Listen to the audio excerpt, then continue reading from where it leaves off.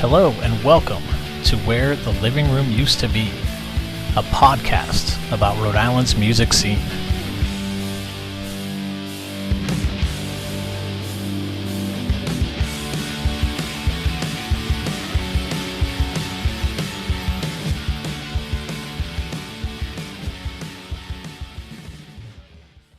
Hey guys, I gotta say it's quite an honor to get to talk to you. I've been a fan of Blitzen for a long time. Got to see you on tour. You guys have come through and played at the Wayward Christmas year after year.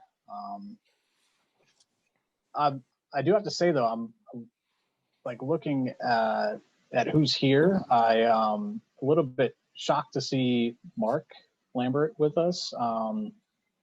Because to be honest, I thought you were in the band. I thought that this was kind of just like a side project thing that you did. So yeah, I get it. I get it. I get that a lot, and I think that rumor started like 2016, 2017. There were a couple of Blitzen sets where no one saw me in the audience, and they made the assumption that I was somehow had something to do with the actual band. But my only involvement with these guys is I'm their primary contact. Back in 2014, I got some really cryptic text messages and from a band that was coming from down south. They said they're on their way north and they needed a show. And they saw that I had been booking this Wayward Christmas thing, and they asked if they could jump on the show. And we brought them in on a whim, and that's kind of the first I met Blitzen, and the rest has been history. They just contact me, nice. So they asked me to be here tonight. Oh, all right. Well, that's cool. I mean, again, like I was saying, you guys are fantastic. I love what you do. To kind of start from the beginning, how did the band form? Like who started the band and how did you guys all connect? Is it on? Are you muted? James, they don't talk. Huh? No, they only send me text messages. So all right. I think they have some way that they might communicate some things over the interview today. Some might use the chat. A couple of others, I think they brought like pieces of paper where they can write some stuff.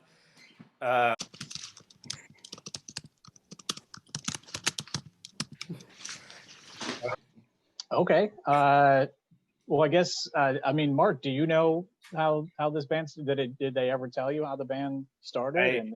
I know so very little about these guys. I'm not quite sure where they're from. They always roll in like just before their set. They're always late. They go up to the club. They get on stage. They play for 15 minutes. They usually cram 15 Christmas songs into the set in 15 minutes. And then they immediately leave. And every time they tell me it's because they got to get to their other job. They have a job around Christmas time that they need to do. And they can't stick around. And they're there.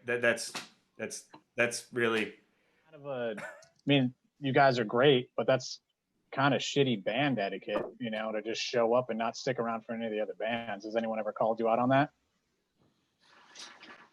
I've tried to talk to them multiple times. All right. I mean, to their credit, there's been some stuff that's happened at the Parlour that, the first year was a little weird. Like, all right, they went to the bar to get their beer, and the bartender put their beer in bowls. Like, they didn't know that. All right. Out of a pint glass. Yeah. And they got pretty offended by that. They're not dogs. You don't want to do that with a reindeer. That's kind of dumb. Yeah. I hope that someone talked to the owners. I think they had some sensitivity training. Yeah. But you guys are all great musicians. Have you played in other bands before Blitzen started? Johnny Blitzen says he was in Vixen. Vixen, all right.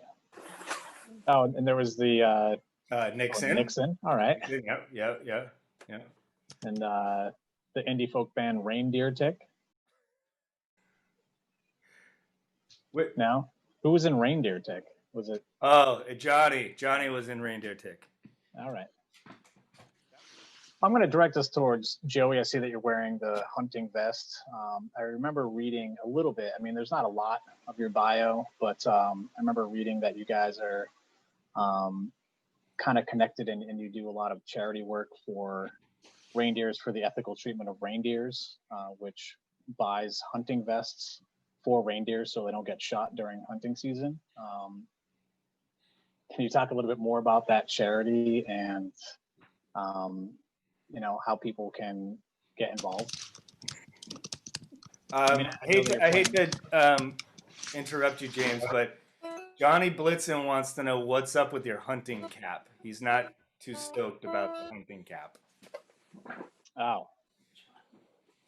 Yeah, I see that you're I see that. Yeah, Joey's got the. Well, Joey's been on the campaign. Yeah, I didn't mean anything by it. It's a warm hat. We're here in Providence. I think they just have that's to on me. Be a little more sensitive. I mean, you can see Joey's got his orange vest on. Yeah. Because you can never be too sure in December, Yeah. Yep. I didn't mean anything by it. But you're right. I should have put more thought into my wardrobe during this interview. It won't happen again now. I guess, I want to talk a little bit about some of your songs. I know that you have a song called Christmas Eve. Sounds kind of close to the Misfits song Halloween. But in that song, there's a line about leaving milk and cookies in a glass, or Santa will kick your ass. Do you know that to be true? Like, do you guys know Santa? And is he gonna kick anyone's ass if they don't leave milk and cookies out? That is not how he is portrayed in the cartoons I've seen, I have to say. But I'm gonna take it from you guys. That's. I mean, that was unanimous, man. They all. Yeah. All right. I think they all fear the big man. Yeah, I do see that there's a comment that he can fuck shit up. Now that you kind of brought that out, he's a big dude. I don't know, and I wouldn't mess with. Number one, who wants to get on the naughty list? Number two, who wants to get their ass kicked Christmas morning? Well, Blitzen, thank you so much for your time. It was really cool to get to talk to you and learn a little bit more about your musical history. It's something I look forward to every year, is getting to see you at Wayward Christmas at the Parlour. And can't wait to see you guys again.